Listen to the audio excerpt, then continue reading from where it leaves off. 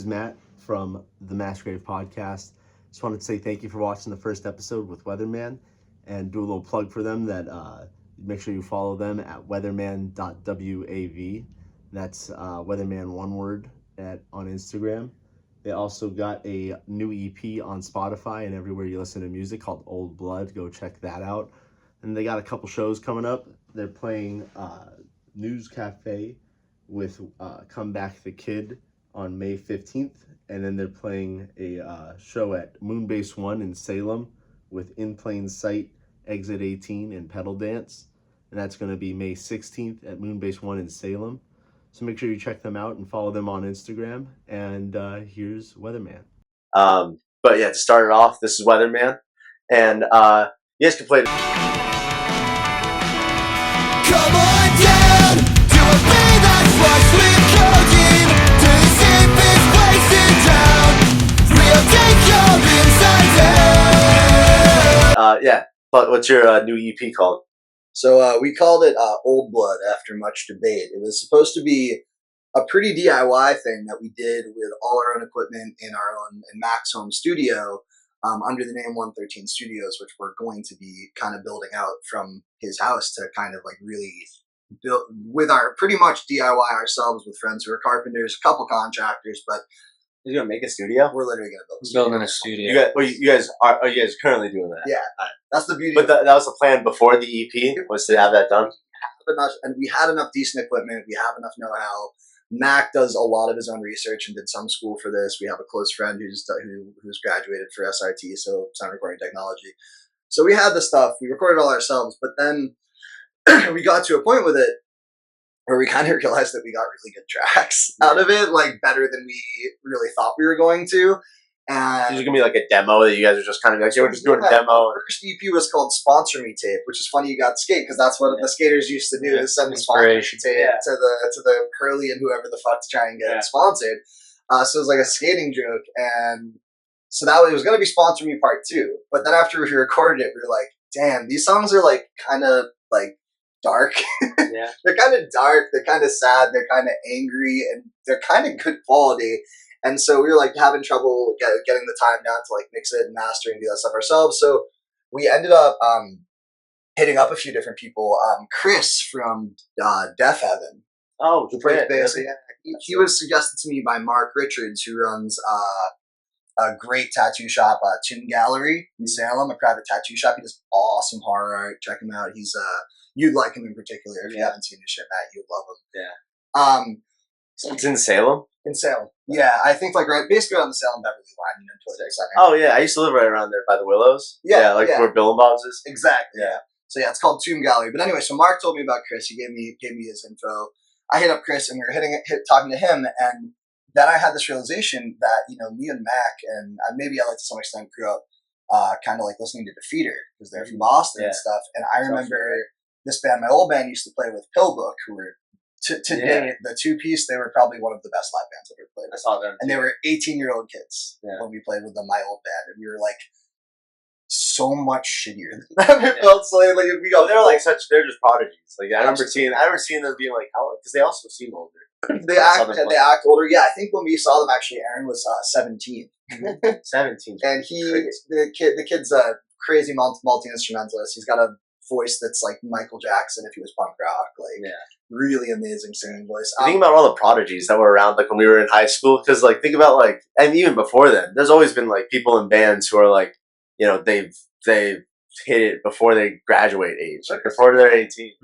It sometimes feels disheartening to be doing this shit when you're older, but at the same time, playing in a band in my early mid-20s, I was all like, this is about partying, this is about drinking, this is about this stuff, and it was only like getting a little bit older and maturing where I was like, oh, if you want to be good, you have to not treat yourself like shit. If you want to be good, you have to keep yourself mentally well. Like you can't be, and that's why there's this cliche of musicians being like drug addicts and all this stuff. Especially the prodigies, because they can operate at such a high level, and they're young and impressionable, and they're like already like lost in the way in a lot of cases. For sure. It's like you get like a lot of Kurt Cobain style people who are like just they hit their peak as quickly as possible. They like burn fast and bright, which is sick. But like then they also like the other side of that is the darkness that brings drugs and all the abuse and shit. You don't have if you start making a good living in the arts really young, you don't have the skills and the knowledge of self to be able to protect yourself from that shit. Yeah. You don't. So you're just a little baby. Yeah, just you still gotta like you exist outside of society because like everyone goes like we all go to work, we all probably have jobs and shit, and like we make time to play shows and stuff. But like imagine if none of us had to work. Never had a job. Yeah, you just went right out of high school. Like you never needed a job. I remember that band Attack Attack. Yeah, that's a crowdcore band. I fucking love that band, and they were all like under 18 when they made the first 2 albums. I think it's crazy, and they were like headlining Warped Tour by the time they were 18 or 20. Yeah, and that's crazy.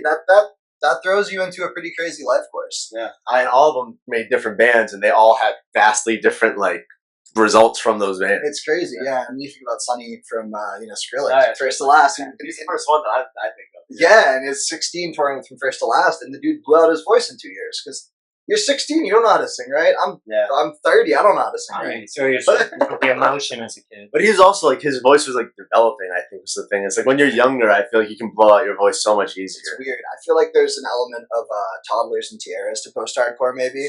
Where like, oh, you're 16 and your voice hasn't changed yet. All right, get in their bed. Oh, your voice changed. Get out of here. Especially that era where like those kind of bands were like super. They were on MTV and shit. You know, that was the style. Yeah, I remember. So squeaky high pitched voice. What did you guys listen to in high school mostly? Well, like so what you guys did? Defeater was one of the bands, but I that was when I really got into post hardcore, like Title Fight. But early on in high school, I was all over the place. I liked some of the corny metalcore, the Atreyu Bullet for My Valentine, but we've always been super about pop punk. Blink-182, 4 years. You guys also Blink-182. Yeah. Oh yeah. It's just like something for All Killer No Filler. If you had to pick, because everyone compares the two, and I feel like they are very different. They're very different shades of the same pop punk era. I think we're all different shades of pop punk. We're all 3 of us have different stations for sure. The brand new RIP, brand new, and Taking Back Sunday. Kind of like second wave to third wave emo, pop punk. Emo side. Blink-182 is like fourth like big major studio album. Like we're all pre-Neighborhoods era. Untitled, like it's the best. Blink-182, the one that came out probably when we were all in high school. Yeah. That album I feel like singularly is probably the biggest influence on our band. Honestly, it's really like we try to get around it. We try to not like feed into it too much, but like. It's just such a great amalgamation of pop sensibility, a lot of darkness, and then a lot of experimental production, which is something that we really like to do, which is why we got like the corny ass, I think they're actually GarageBand default trap hi-hats in the second verse of the first song. I was just listening to I was just playing Skate and listening to your guys' EP. And I was like, this rips, and it's a lot. There's like some more of the like Midwesty emo from like the second gen emo like stuff in there, but then there's a lot of this like. I like it's like the catchiness and the speed of it is like that Blink-182 era kind of. I feel like Mac is a very unapologetically more the Blink-182 Sum 41 side of the pop punk that has a lot of that pop sensibility and is really just like fast paced and in the case of Blink especially super drum driven. Yeah. I think for me it honestly I think anybody that knows me would know I'd be lying my ass off if I said Blink wasn't probably one of the, if not the biggest influences. I think another part of it for me is that growing up, it was a lot of different types of music, but a lot of different types of popular music. And what I kind of got out of that was seeing how genre can very quickly become irrelevant. And that a good song, to me at least, the sign of a good song is that you can make it sound like a pop punk song. You can make it sound like a post-hardcore song. You can make it sound like a fucking country song. Yeah. Any song can sound like any. You could. It's like it's like a font. Like you can have like the design is the design. And I think you draw a middle finger however you want to draw one, but like you can. It's still the shape of it, and like the idea can still be there. And I think that's been part of this kind of new era of Weatherman. Because Weatherman goes all the way back to high school for us. That was high school band. Really? You guys have been so that means you guys have been a band for like 13 years? With technically. Kinda. Yeah. And hiatuses. Weatherman is almost old enough to be getting his driver's license. Damn, that's crazy. That's cool that you guys still do it though, because it's he was in a coma for like 7 years. It happens. Look, I was just thinking, Couch Sex. You guys remember Couch Sex? They're currently they're currently on hiatus because Matt moved to Brooklyn, or he's like crazy. That band's so much better. Every year, same thing with you guys. Like, every time I saw you and them, like the next time it was like 10 times better. And then like you guys just like say like I feel like there's not a whole lot of bands pop up and disappear, which sucks. Yeah. And then a lot of them, the ones that don't disappear, are like a lot of the like more established, like like everyone's on the same page. Everyone's kind of honed on the same point. A lot of Berkeley bands do that because it's like, it's a college and they're kind of the last 4 years they've been training to kind of involve themselves in that. Yeah. But for a lot of people who don't go to school for music or have never, and it's like you got people on totally different pages feeling like, I'm just playing in a band. I'm gonna wind up, being like a mechanic or something or owning a garage. Well, that's all noble. Like, that's cool. Drive and seriousness. Yeah, it just depends on what you want to get at it. I think that helped us too, because like we knew each other for years before we started even like really playing music as like the three of us. Like I met Dave probably 10 years ago for like one time when we hung out for an afternoon with our buddy Nick, and that was like, who knows? That was probably Nick was 10 the original. longer ago. In high school, Nick was the guitar player for Weatherman. Yeah. So Nick kind of came back, brought us all together to do a like silly reunion show. Brought Elliot in to play bass so I could switch to guitar. And we had two guitar players, and then he left. Oh man, that sucks. Yeah, and then Nick wanted to go. But that happens at the beginning of any band. There's always a revolving door. But I'm here. Yeah. Nick is somebody who he knows what he wants to do, but he's always been a mastermind for really anyone around him. Yeah. And I think in a lot of ways he saw the potential there of getting the three of us together, because that really is, we all were playing in different bands. We all were doing different things. I think by the time Weatherman in its current iteration came around, I know, Dave, you've been playing in a couple different bands. Sure. I was at the time when we started playing together again, I was actually just writing and releasing some solo music. Oh, yeah. Kind of just as like a personal catharsis at the time. But that's all Same here. under the name Kanikama. Yeah. Which is imitation. Oh, so that's what your Instagram handle is. Yeah. Every time I read it, I'm like, what? I never changed it because I liked it, and then it's Kanikama.wave, and then ours is Weatherman.wave, so I feel like I shouldn't change it because it's the same. It's a waveform file. Yeah. So like, plus you gotta you gotta hold on to this. If you can get a good Instagram name, you gotta hold on to it. Did you see the guy got the Pope? He got the Pope's Twitter. He did. He got Leo 7. Yeah, he swiped it before the Pope could get it. Which is holding it hostage, probably, by the Vatican. 2025. How are you gonna hear from the Pope other than fucking Twitter? Yeah, they're gonna be like the Pope 01, the Pope Part 2, the Pope just tweeted. The Pope no E on this XX one. Pope 420. XX 426.9. In fact, really, if you were going to be prudent about it, we should just start getting every Pope for like the next like couple hundred years to protect those handles from AI. You gotta get in front of them. That's the thing. You got somebody's. You gotta stop letting. I think the thing is that they let them choose their name. So like he is. I don't know shit about any of that. But this is just what I've heard is that he like chose the name Leo the 7th. Like his real name's like Bobby or whatever. He's from Chicago. But like, I don't think it's Bobby, but that is literally the first name I would think of. Bobby, the White Sox fan. It is. It's Robert. It's Robert. Yeah. His name's Robert. I bet people call him Bobby. People call him Bobby. Bobby. He's hanging out in Chicago. Yeah, Bobby the Pope is now Leo the 17th. That sounds way more regal. So they gotta just be like, you can't choose him. Whoever the next guy is, he's got to be like Augustus or some kind of fancy name. Something like regal sounding. Yeah, as fuck, dude. That was actually the plan for this band, because if you go all the way back to the beginning, we couldn't come up with a name. This was originally Nick, Dave, and I sitting around in the room.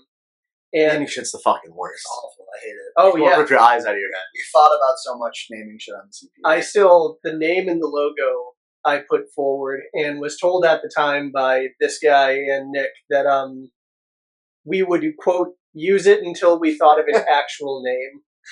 That's what you have to do. You have to just name something and be like, this is just a placeholder until we all love something else. Yeah. And you have to be like, this. We're gonna call it this because you got to call it something. And sometimes you're lazy and you don't think. Sometimes you're lazy, you don't think of anything. Other times, you end up falling in love with what you already picked, and this is not the second case. This is more the first case of it. It just stayed there so long that it stuck. Yeah. You guys aren't like in love with the name Weatherman. What brought you to More and Weatherman more. specifically? It's definitely Is it like a it's grown on me over the long time that it's existed, and it's funny because we weren't a band for so long after being a band when we were younger that I like developed. wait? So was it always called Weatherman? It was always called Okay. And so I kind of like developed this nostalgia for it. Yeah. Like I got a Weatherman tattoo when I was 19. My buddy Jake stick and poked a Weatherman tattoo on himself when we were in high school. They got that logo. Yeah. Here, where's that circus survived? This is my Weatherman here, and Mac has a Weatherman on his chest. But you have to. It looks you like have to that. pay money to see that. Yes, I actually think that design is based Free on samples. his chest tattoo. Yeah, Really? we actually. Yeah. That's so Because sick. he went like more like It's the exact same thing. It is the same thing. All the dots, even some of those dots are the dots. Yeah. It's like exact. yeah, very much based on it's it kind of like a band always does if you do this shit long enough, even if you never play a single show. You do any idea just as it develops, it becomes its own entity. Yeah. And so that's kind of what happened here. But so Weatherman was proposed by Mac because it was Yeah, it was a plus 44 song, which was Mark Hoppus from Blake's other band. This is called Weatherman. want to get underneath. Midway through. We talked about all these other influences.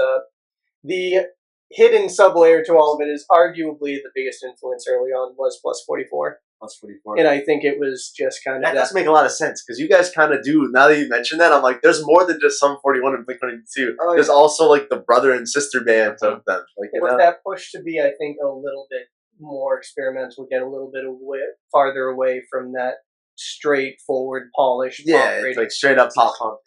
Every punk band was trying to be like Blink-182, and particularly for me, I feel like as a teenager, I was like, well, that's fucking stupid. I want to do my own thing and be different. And that band felt all different. So Mac proposed the name Weatherman because of that song, and at the time, I was a big fan of the movie Anchorman. Yeah. And Brick, Steve Carell's character from that movie, was the Weatherman. Oh, And so he's the best character in that movie. the best character. And so yeah, I love Lamp. Like, come on, people, that was huge.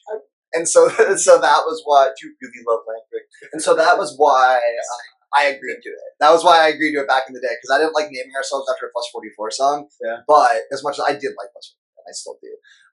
I don't like the new single though. It's pretty weird. It's different. What they came back together? Yeah. You should check. So They got a new single. I didn't know that. on Spotify is also using the name plus 44. Oh. It's kind of more like a reggaeton vibe. It's not in English. I thought I It's a little feel different. Like I remember. Elliot sent it to us. And I Yeah. was like, damn, dude, Mark's voice. I Really thought it changed. was a little new. It happens a couple. There's a couple weird things like that like I've seen. Like there's a new song by like I think it was plus 44, and I was listening. I was like, somebody took this. We have Yeah. the same issue on TikTok where you can like claim music for like your band. And Yo, that we shit have sucks. claimed, yeah, so you can claim like your music, but then for some reason we've also claimed a bunch of other people's music, and I can't unclaim it. So there's just a bunch of like random songs that are like, check out the next Weatherman tune, and it's like Not some like classical like nonsense that it sounds nothing like us. It's like hold. So if you ever stumble across it, that's the case. damn, that's And I've now gotten it out into the open yeah, about it. ours doesn't even let us use ours because It's like the worst. you have to. I tried to verify us, and I used to have a TikTok from forever ago for the band, and I straight up can't get into it. And that one is like that one can use all the licensed music. Yep. I tried to do it with this new TikTok, but like you're not the licensed one. Just let us use our music. For real, what the hell? China. This is a I- plea. This is a I didn't plea even want from the China. I didn't care who owns TikTok. I just want to be able to call somebody and be like, "Yo, I'm me. I'll show you my idea or whatever. Yeah. Let me claim my music." Copy. We have those. We like we So got the this is 5 paperwork done minutes. for the royalties or like whatever the fucking we own the masters or whatever. Yeah. Like I don't know. It's like we got the paper. It costs like $70 to get it like copyrighted or whatever. insane. Yeah. But also like who's trying to steal my shit? Yeah. Who's trying to steal? Who gives a fuck about it? Nobody's stealing our shit. So anyway, to call it all the way back, many moons ago when we were talking about Old Blood. So we ended up hitting up Jay because Jay had done the EP for Public. Yeah. And we Shit, that was a tangent. that was a tangent. Yeah. I was trying to talk about our goddamn Bringing it back I had around. questions and stuff, but this it's real Sometimes you free gotta flowing thing. flow. Yeah. Yeah. I just forgot what you were talking about. Well, we started with like how did you guys get to the name of the band, Yeah. and then like we're now circling back to the latest album, Old Blood. That's what we're talking Old about. Blood, Now. exactly. You guys had a couple singles before that, and I guess the other single was the demo. That you Yeah, guys so had. we had the first EP, and then we released the first single from Old Blood, "This Town's Finished," which was probably one of the first songs that we really. I mean, we put together the whole, but I don't know. It felt like the first song that was like us really developing as our own trio, and not just like using, I don't know, random shit that I had written before we were together, or like we had some stuff that we had stitched together. I don't know. Do you guys know what I mean? It felt like it was kind of like That guy Jeans was like a bass line I'd had for over a decade, Yeah, and and Jeans- then we finally got to put it together. Jeans is our most popular song on Spotify, and that's because Jesse the Tree is on Jeans. Yes, shout out to Jesse Jesse was the Tree fantastic. from Providence. Yeah, Who's Jesse the Tree? it was Jesse. Jesse the Tree is he's a good friend of mine. He's a hip hop artist from Providence, Rhode Island. He's part of Strange Famous Records, which is Famous Strange Famous Records. It's Sage That's a Francis. good name. If you've heard of him, Sage Francis's record label down there. Jesse plays all over, but he was a good buddy of mine that I got to know when I lived in Providence for 4 years. No, 2 years, 3 years. Man, our Yeah. guitarist currently And lives in so- Providence, or- Jesse, Yeah.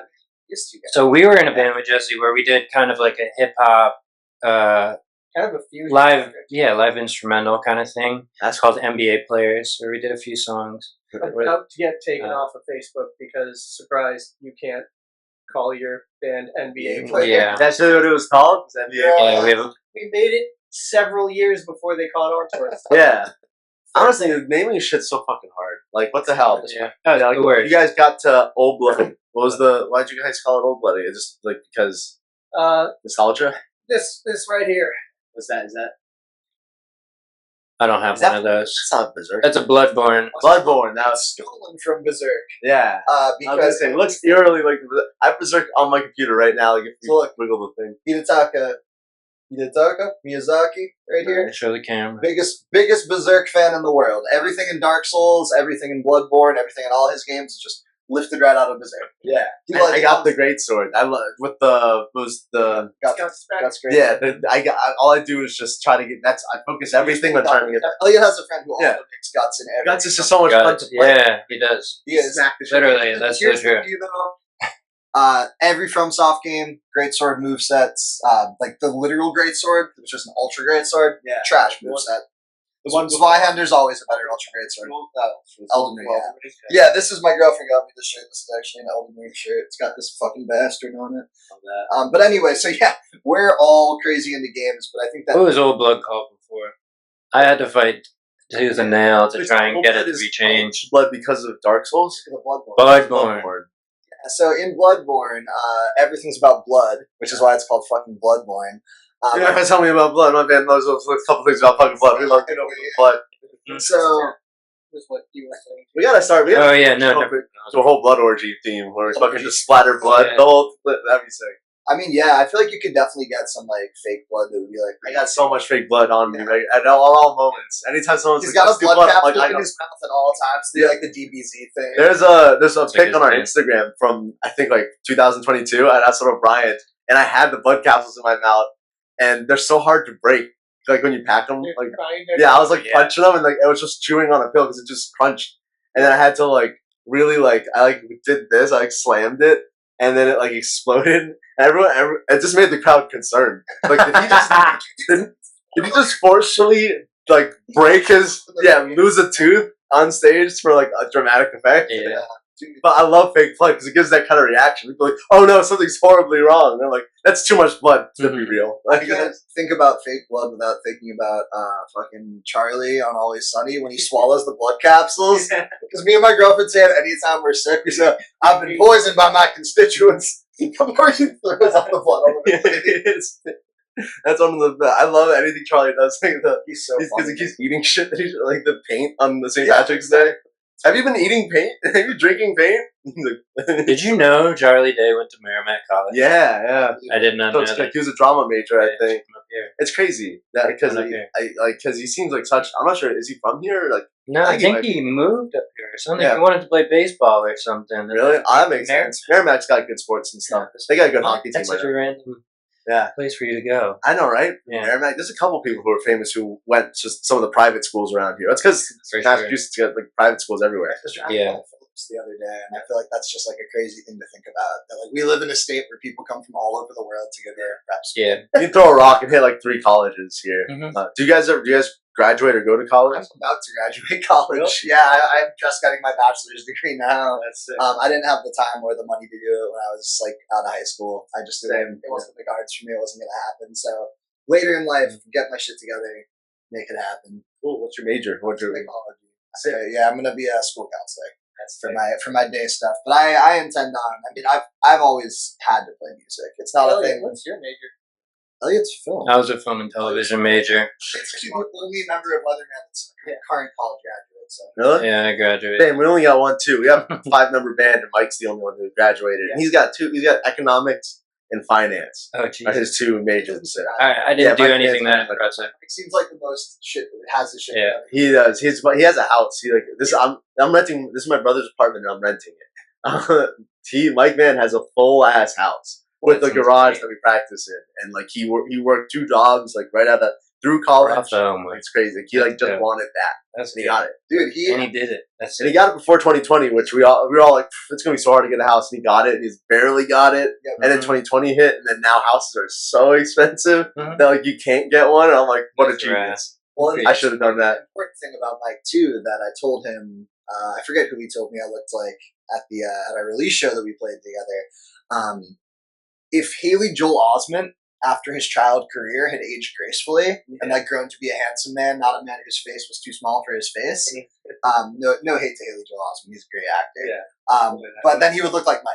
Yeah. Like Mike looks like a Like it's like a proportionate Haley Joel Osment. proportionate Haley Yeah. Joel Osment. Mhm. He It's- Well, I think he's Haley Joel Osment if he wasn't a child star. Because so much of being a child star and like he was in the Sixth Sense. Yeah, well, yeah. Face stays small. I think doing a bunch of drugs at a young age. I'm not sure if he did that, And but still, probably a lot of child stars do. horribly abused as If well. nothing, the stress of the abuse and just the stress of the environment is probably enough to make your face stay the same size your whole life. to stunt the dispersal of your face. Exactly. Yeah, He just got a drunken disorderly charge at Vale, I think. Was that felt? Partying hard. yeah, keep it moving. Just keep Yeah. it going.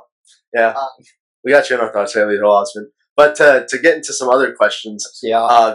we'll mix it up a little bit because we were talking about the album a little bit, which everyone should go check out. It's on Spotify and Apple Music and everywhere, right? Bandcamp, Yeah. Bandcamp. You guys have it on Bandcamp? too? YouTube, I got to get my shit on Bandcamp. I don't know. Bandcamp. It's on Hulu, it's on Hulu. It's not on Yeah, Hulu, it's on but it is on Hulu YouTube. Music. YouTube. We put it Yeah, up on YouTube YouTube Music. so that everybody, I looked at parents shit. including, You guys can put it listen. on. You guys like make videos to put it on YouTube, or you guys let distro could I put it? made videos to put it on YouTube. I got to do that.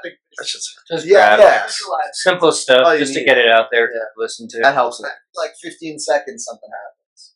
Really? Yeah, I'm not going to tell anyone what it is. You got to watch it. It's usually just like that. Something. A thing. It's like a Mr. Toasty kind of thing. Actually, Yeah. on one of them, there are actually hidden messages hidden in the YouTube video. Hidden Hidden messages, yeah. Like my sweet say. It's almost impossible to find them too. I wanted to see if you can pause the video and find it, but even with the high speed scrubbing, it's you can't really drag onto it. You need to just find it. If you all of a sudden feel an urge for needing to go download it, yeah, that's why. Oh, it might not be some psyop. Yeah, we got psyops and other. We've been practicing different things. you guys are psychologically trying to like condition people. But that's only on YouTube. If you don't want to deal with that, go to Bandcamp. It's like what's the word? It's subliminal messaging of your merch. You're just like I need to download Weatherman's EP and I need to shop at Whole Foods. Yes, I will. What do the numbers mean? Exactly. I'm not telling you shit. But yeah, so it was good though. So we ended up ultimately talking to Jay from Defeater, and he ended up mixing all these tracks that we got. I'm just trying to pull it back. Like, I'm about to ask another question. Yeah. Then we veered Well, so far. we can also talk more about the album if you want to. Yeah. Jay now of Love Letter, former Defeater, but he was such a big force in that band with their writing and their production. And it's really funny because when we were going back and forth about mixes, it's just so transparent that I was super influenced by his guitar playing because Mac and Elliot, like bass and drums and then vocals, he messed with a lot. Pretty much right out of the gate, he made guitar sound exactly how I wanted because I'm pretty much just ripping him off. So he was just like, "Oh, sick." You just used his tone, like whatever you do, I'll do that. Exactly. Just record your setup. He That's that's it, what I was though. looking for because it's what he goes. That for. must be like I don't know. I play guitar, but not at that kind of level anymore. But or even I don't think I ever goes that great at it. But to have somebody be like, I want your tone. Like imagine like somebody was like, I want to just let me record on your drum set. I love the way you play. And Be a just was surreal like, fan. I gotta play your set. That's kind of what I done. hope you know That's it. that was purely like rhetorical, and it still just entered my soul. Right? Yeah, right? Damn. Really? You want to use my set? My setup? You think my tone's that's it? Like that's some people got it dialed in like that. Yeah. Yeah. It's just you got a nice drum set, which if you're cool enough to backline that kind of shit, my drummer is very precious about his because he's got a beater kit. He's nice. He's got a beater kit that he's more willing to backline sometimes, but a lot of times he's backlining it's because we're headlining. In that case, he wants to use his good one, and then he lets everyone use his nice one. It's usually pretty chill about it. Yeah. But like when he has to use somebody else's kit and it's not near, like say we're doing like a touring band, and they have their own kit, Yeah, headlining, absolutely. like and their shit's dog shit. He'll be like, "What the fuck's this dumb shit?" I'm like, "Dude, It's you don't have Yeah. to play the drums today. Just That's why enjoy." They brought the gear for it. Like, imagine you don't have to We always are afraid of play the it. same feeling. You don't have to Yeah. get to bring your own cabs or setup. The guitar rig is so stupid that I actually have to use my own cab. Yeah. It's like I'm playing with new cabs now. I'm trying to get a Mesa. I have an orange, and it just doesn't work. I have this weird like hentai tentacle monster that has to go into the amp, and if your amp doesn't have the proper holes to be penetrated by it, then I need an effects loop. It's just diva shit, man. But it's all because if I don't do that and I have to like fuck with shit the whole time, I sing like crap. As long as you make it a priority to like have that shit like fucking Locked. locked, like it has to be on your hip.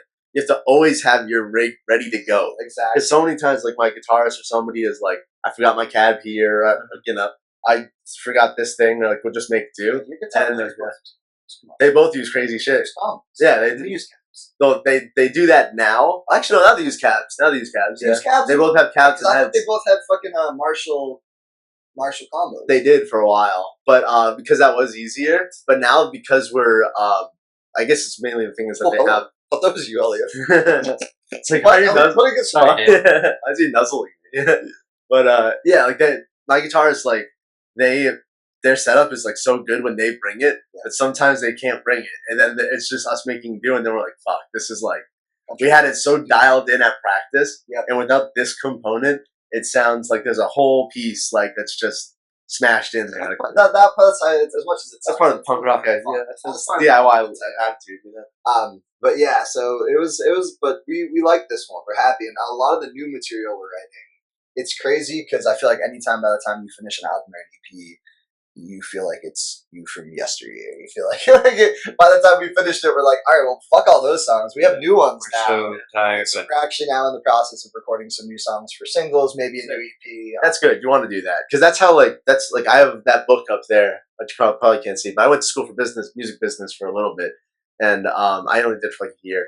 But a big thing about it was like always have one in the chamber. Like you always have to, whatever you're like, if you are about to put out an album, you better have something that's in the infancy of being what's coming after the album. Yeah. Just like an idea. Like you don't have to have it totally written. it helps. But you gotta have keep, something.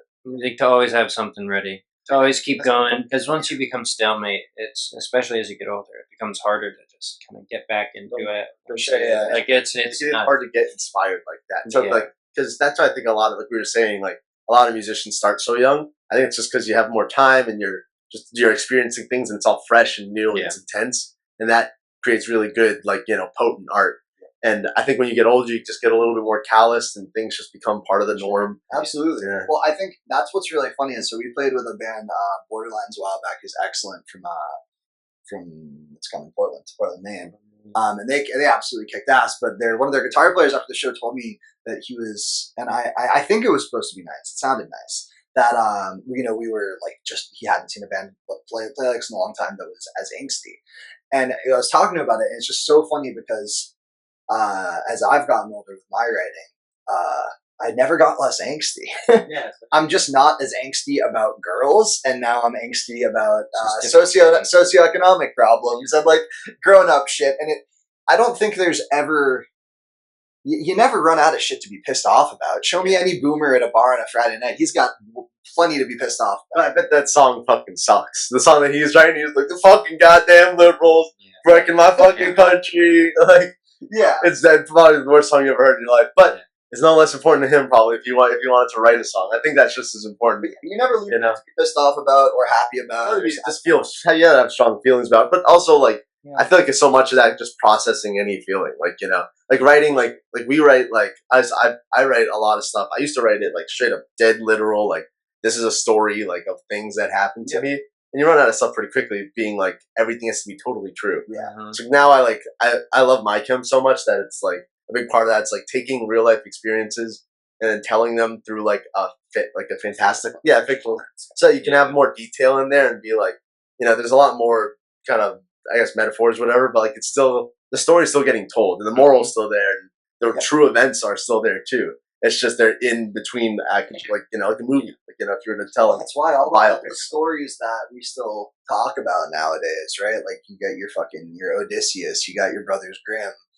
Eventually, after a few hundred, sometimes a few thousand years, especially if you weren't like a king or a duke or a general or some shit, nobody gives a goddamn what happened. What happened in your life. Yeah. But the larger than life, the monomyth, the core feeling of those stories is what sticks with people. So yeah, you could write your story about how your breakup sucked through the lens of an alien invasion.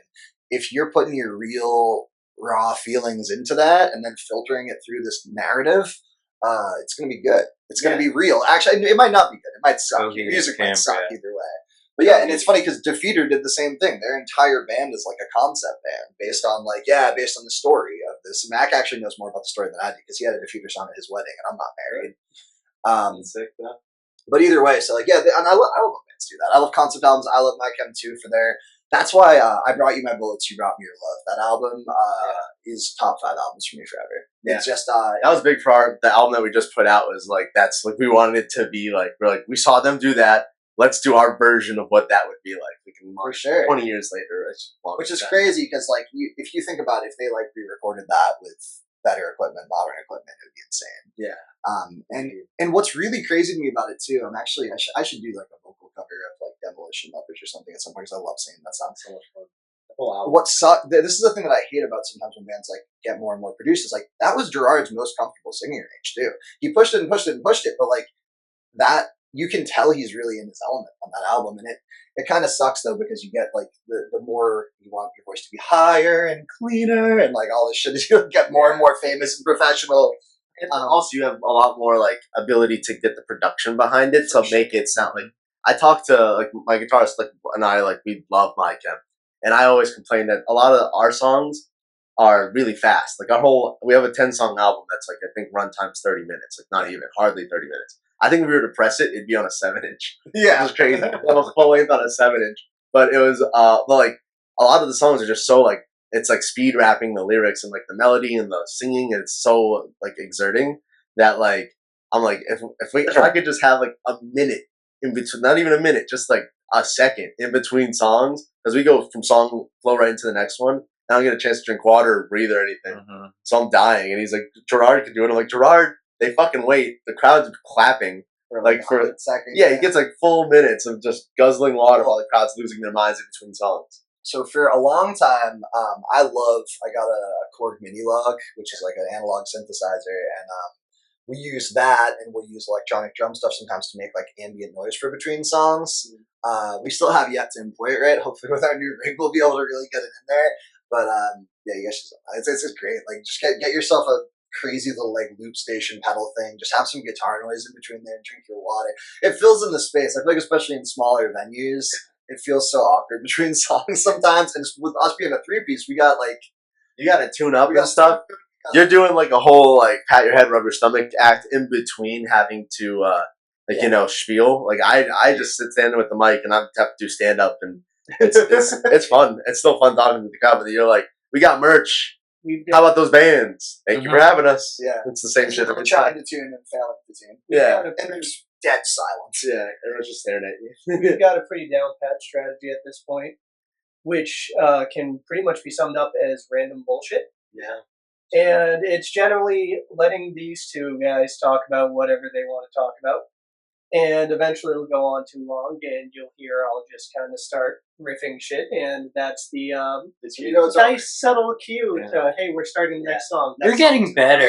He also does that if we start talking about weird shit, or if I start getting Yeah. too angry, communist or political, that stuff. He's Yeah. like, hey, Yeah. move it along, bitch. Yeah. We're getting We only have better. 30 minutes. There really We have is. a whole EP to get through. Yeah, it's a Tuesday night. We have a 25-minute set. Yeah, we got an EP and the new ones that we're trying out. It really is an art to Yeah. be able to hold that in between section between songs. Because your songs do all the speaking Yeah. for themselves. You Yeah, know? it's You kind work of on them, just execute them when you practice them. You know. kind of We're nice. trying to talk about it too, because it's funny that a lot of our music ends up being on the kind of darker side.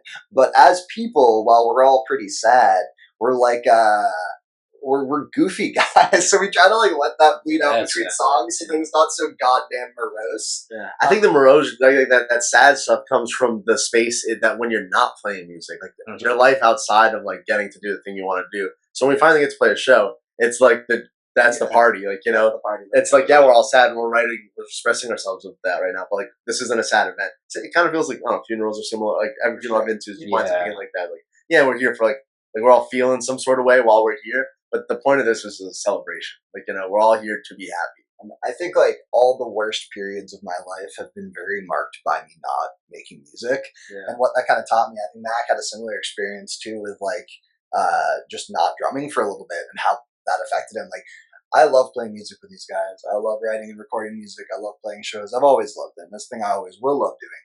But I don't do it because I love it. I do it because if I don't, I'll fucking explode. Yeah. I do it because if I don't, it's the only healthy coping mechanism I had as a kid. And into adulthood, it's still the best one. When shit really hits the fan, it's the only thing I can do is write it. Think about how many people don't have that. Like, you know, there's so many people who have never felt catharsis, and just because their families just don't value something, like it's just work and life's shit, and then you die. And it's like, that's not it at all. Like, yeah, life is shit, and yes, you do die.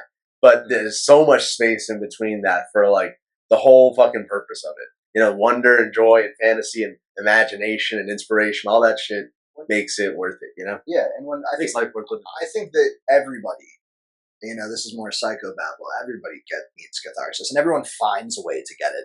But the problem is when people don't have healthy outlets like music, art, sports, when you're not like beating the shit out of somebody for liking the other team. You know what I mean? Like, everyone finds a way to have that. And if they don't have the passion, they don't have those things that let them get out their feelings, those are the people who start hating other people. Those are the people who start going after people and getting violent, doing fucking messed up shit, and receding into themselves and becoming antisocial.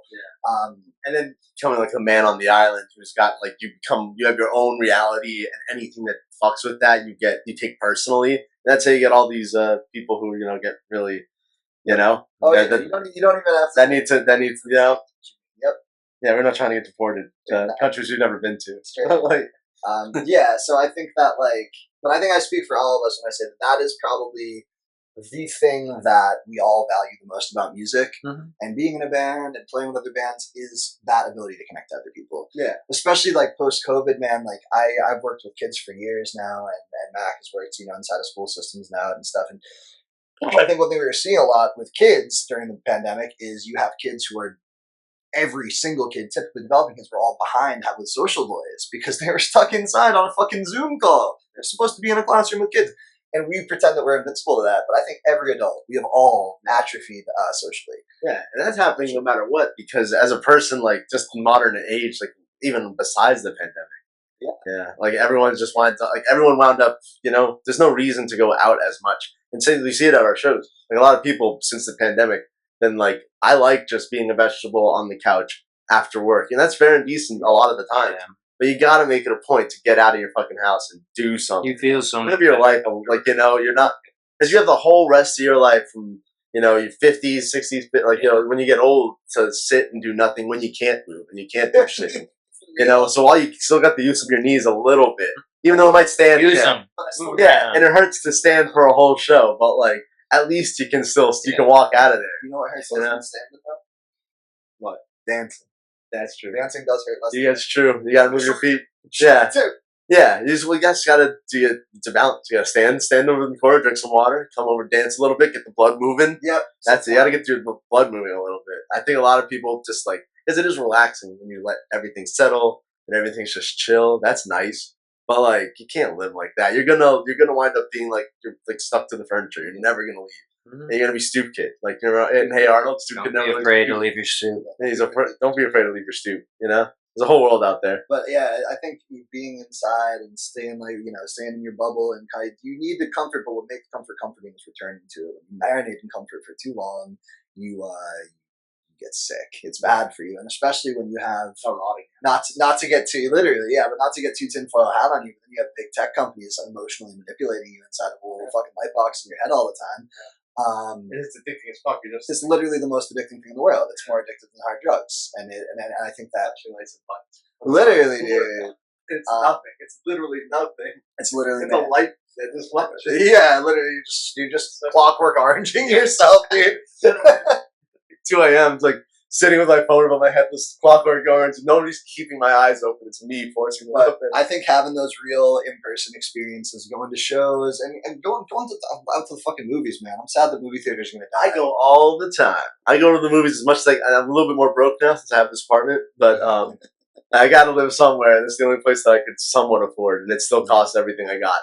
But I go a little bit for the band, and if I can, $15 a month, go see a movie. Yeah, pretty nice. That's pretty nice, and then you can sneak into another movie. Yeah. I've done doubles. I've done doubles. I don't know. It's as many movies as you can get into before they kick you out. A Sunday movie marathon. But it's sad, because you get all the streaming too, and but either way, I think like that those And experiences. nothing beats like the real thing. Oh yeah, It's like a real show. It's like when you go out to a show, when you're sitting, you got the popcorn. Like there's a lot to be said about that. Helps the whole feeling. Like I hardly cry at movies when I'm fucking streaming it. But if I'm in the movie theater and I'm seeing something and the sound's booming and like I'm in the like I'm feeling experience. it helps immerse you. Like, it's of being like at a show where you feel like immersed in the show. Experience. When you're at a show, you're not watching somebody play music. Yeah, you are a part of it. You are an integral part of it, and that's why like when there's a good crowd at a show, I always, even if I played like shit, I always feel like I played better. It's about lifting each other up and about connecting with people. And I think we were just talking about this in the car because we have a new song that we're working on, super secret. We've played it at a couple shows, but I'm really like you said, I've gotten much more into the like metaphor storytelling stuff. And the first lyric, I didn't know what else to think of. So the first lyric in the song is "I feel like shit and I'm tired of New England," because I wrote it during the winter when I was like I literally cleaning off my car and like said that to myself. Everyone feels that way in like January. Straight up, everyone in like the fucking tri-state area, like this is fucking sucks ass. But I was gonna change it, so that's a stupid lyric. And then I didn't because like I told these guys, I showed these guys what I had, working on it and stuff, and I was like, nah, because that is the point. You know, when you go to a show, you're not there to just watch someone play music. You're there to see a couple friends, if you have a couple drinks, if that's what you like to do, and to connect with people. And so, like, we're all there just basically trying to air our dirty laundry and get that catharsis together. And you can, and that's the magic of it, And it's better when you can talk to people at shows and like have an experience with them. Yeah. But like, I saw Haywire and Tsunami and Pain of Truth and Solace in Rhode Island 2 nights ago. It was sick. It was a sick show. But I went really for Pain of Truth and Tsunami. But I've listened to some Haywire songs. I think they're really cool. They're kind of more punk leaning, and I think they're from around here. Yeah. But I came in and they just started their set, and they blew the fucking roof off. And then Pain of Truth and Tsunami both had 6 sets. But you could tell the crowd was like spent from how fucking hard Haywire was. just wore everybody. And yeah, Haywire's merch spread was sick. Haywire had a bunch of old merch that they were selling. Yeah. It's like personal merch on top of like old like bands that they were in's merch. And they're just selling them for like cheap. It's a real. I was like, this is a genius way to raise money. I was like, I have so many goddamn t-shirts that I will never wear again that I would like somebody else to have, but I can't throw it out. Like, it means too much to me. But like to see somebody get stoked on like a t-shirt, like they had like I think it's On Broken Wings. Like, yeah, it was one of the bands that they had like a shirt for. And like somebody saw it, was like, this is fucking sick. And it was like, how much is this? Like $15. And like, yeah, sold. And that's $15 that you wouldn't have gotten for a $20 t-shirt that you just made. Like, Yeah. like you want to sell those t-shirts. That's the shit. But like all that shit helps build the community. And Absolutely. we were all like looking at each other like, yo, can you pass me that one? Like we're all like rummaging through. It's like a Savers or something. Mm-hmm. It was sick. Absolutely. It was like such a vibe. Well, And, you can ask yeah. you can ask these guys. I'm a wicked anal person about like reusing stuff and buying used and stuff like that, because like A lot of people are. And I well, think they should be, because a lot of foreign manufacturing is crazy predatory. It's terrible for other human beings. Like we got our run of shirts here. We got like most people do. We ordered a bunch of shirts and stuff, and so we're probably going to start thrifting our merch, like thrifting blanks. It's a lot more work, but you save a shitload of money for one. Like you get those nice shirts, you get those true plastic ones that they quality shirts. I got a bunch of true plastic black shirts from Savers for like I got like 10 for like $40. Yeah, that's how much they cost new online for one of them. And you get so much nice shit. And not to mention, have you ever seen like there's some street brands that do like they'll just take like thrifted gear and they'll like wash it in like they have put a bunch of blueberries in a bucket and then they dip the thing in there and like it like gives it this cool effect. They do like a little bleach design, then they print on top of that. Yeah, and the shit looks fucking amazing. It gives you a chance to make some really unique stuff. Yeah, exactly. People really like, and it'll fit you forever. It won't shrink it's the first time you put it in the wash. But sometimes you get a crunchy shirt. I got a rugby shirt that was sick, and it has an artist did a print on the belly of it of like these nude kind of like print. Yeah. It's really sick. But like there's parts of it that are just crunchy, dude. They're like cemented. You gotta squeeze the shirt before you. I gotta like uncrinkle it. But yeah, it's the thing. I got it online, and I was just like this because it was so sick. Yeah, it's like this artist who like does like a lot of like shroom prints and stuff, and he did like a nude / shroom print. Oh, that's excellent. It was sick, and it's still like an art piece I have, and I'll never throw that shirt away. Yep. But I do need to wear a shirt underneath it. Yeah, I don't feel very good about wearing a crunchy shirt on my skin. Well, you got to get your own crunch on is the thing. I thought about cutting out This the is crunch. your crunch. I thought about it. I feel better wearing like a thick t-shirt on top of it. Absolutely. Thank you for watching the video. Make sure you follow Weatherman at weatherman.wav on Instagram and check out their dates. There's also going to be my band Dead Weight. Follow us at Dead Weight MA on Instagram and everywhere, I think. And we got a couple shows coming up. Dead Weight's playing the Parlor in Providence, Rhode Island. We're also going to play Ralph's Rock Diner in Worcester, Massachusetts. And then we're playing Moonbase 1 as well on June 27th.